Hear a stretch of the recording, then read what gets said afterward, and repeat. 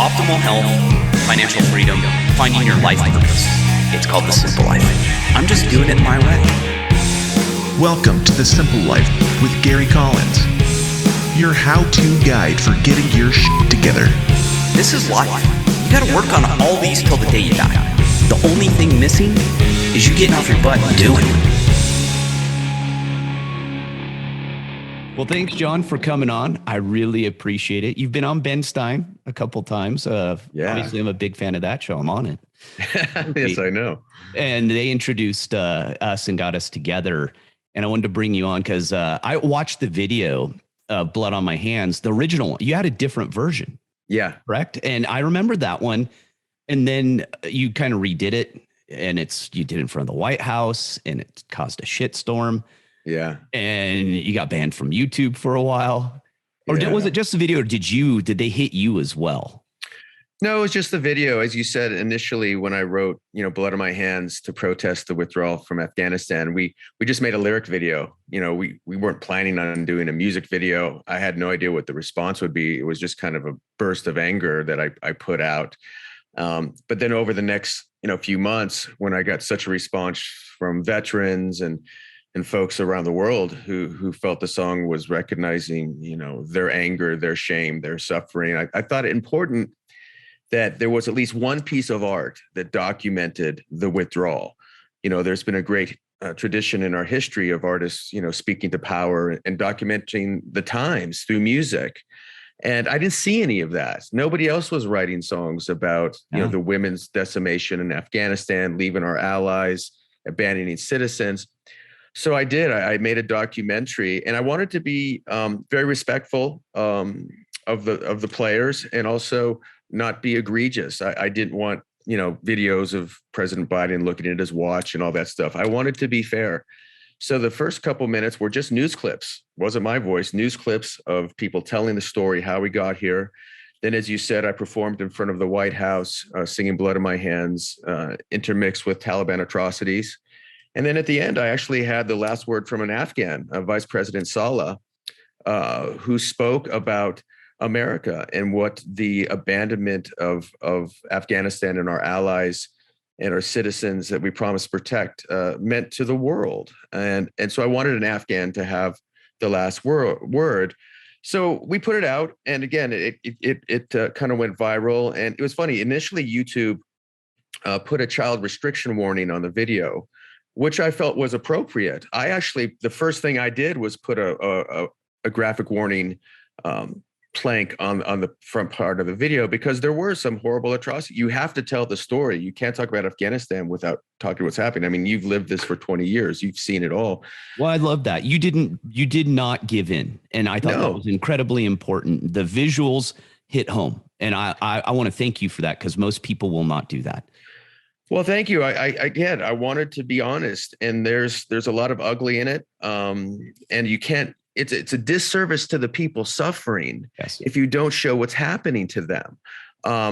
So anyways, YouTube actually, as I said, they put up a graphic warning, child restriction, which I appreciated. And the video went out but only when senators started tweeting the video and it went viral within the country did all of a sudden they find, we need to take this down for a graphic warning that they'd already warned about. And of course, first thing I did was I Googled Taliban atrocities. I found dozens of YouTube videos that they were monetizing with much worse atrocities than mine. And there was an outcry, and eventually they had to apologize and put it back up with some phony excuse. And then they added another warning. So I think I have the Guinness Book of World Records for warnings on a music video. I think there's 3 or 4 now. There's a lot. Yeah, but it was just another example of, censorship of one side. It's hard to give them the benefit of the doubt. And I'm fortunate enough to have, folks that have millions of followers that can pressure them into that. But what about, I think about all the artists who maybe speak a worldview different than the prevailing narrative that don't have that option, that are censored. So it's a huge problem. More chilling than the YouTube takedown was the fact that there was virtually no support for me from my fellow musicians, from the music press. from mainstream media. I got more inquiries from Russia propaganda media to talk about free expression than I did from the mainstream media. So again, to me, that is very chilling when free speech only applies to something that you agree with. And that was the lesson I took from that episode. Well, and it saddens me in a way because, you know, I'm obviously a big proponent of free speech. Yeah.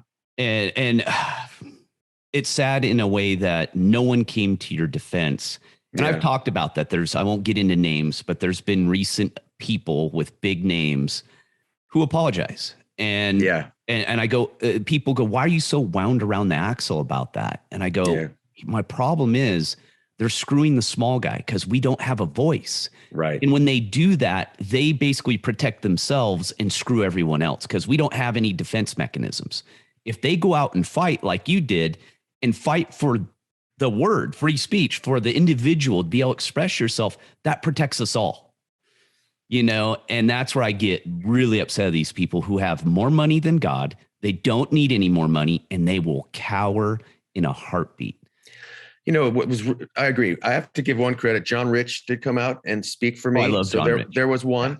But, you know, the really disturbing thing to me was even folks who like to portray themselves as patriots in country music and maybe say lean a little bit our way in our worldview. Even some of them we reach out to said, you know, sorry, you know, it's a little too controversial. And I agree with you. You know, when you let the bully win, it makes it harder for the next person who's bullied. And the fact that, you know, the virtue signalers, like, you know, in the mainstream media and music media who like to lecture us on how bad we are and terrible we are.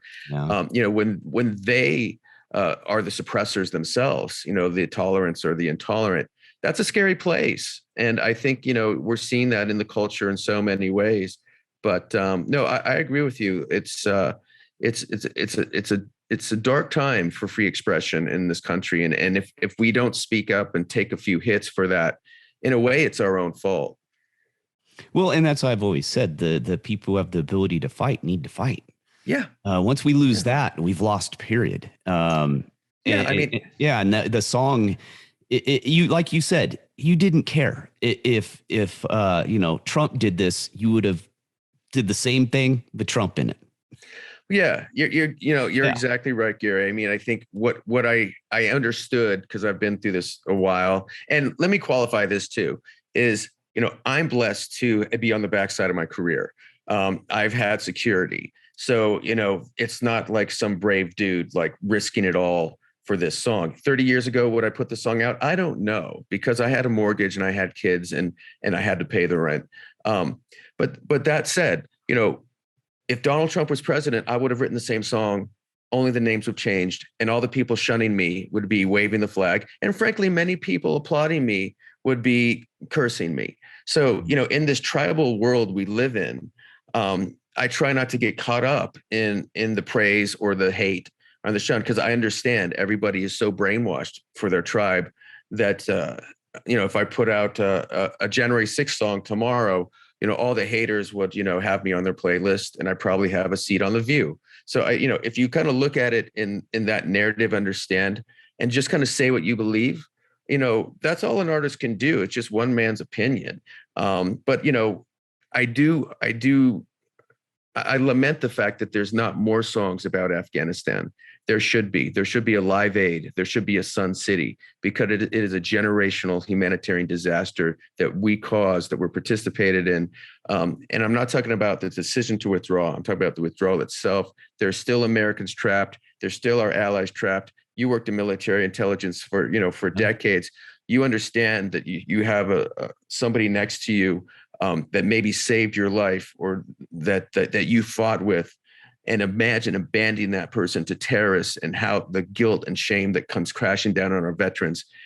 Just today, I read an article about another Afghan veteran who committed suicide for our actions. So it's ongoing. I know Ukraine has the news, but it's a moral shame of our generation, and we can't just sweep it under the rug.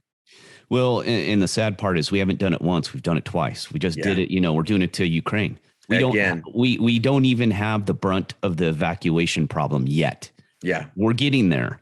But, you know, and that's where I think a lot of us who love our country, and for a guy like me who served, I had foreign nationals who, they did the bomb sweeping of our vehicles overseas. They were intel analysts. They worked with us. They went out in the streets. They were our guides, and they had families, and these people were killed all the time. People don't understand that in the Middle East, especially, they would go target their families all the time, and leaving them to me. I had some problems. I'll be honest. When afterward, and Judah knew it. I had friends in the military. We had a lot of problems for a week or two after.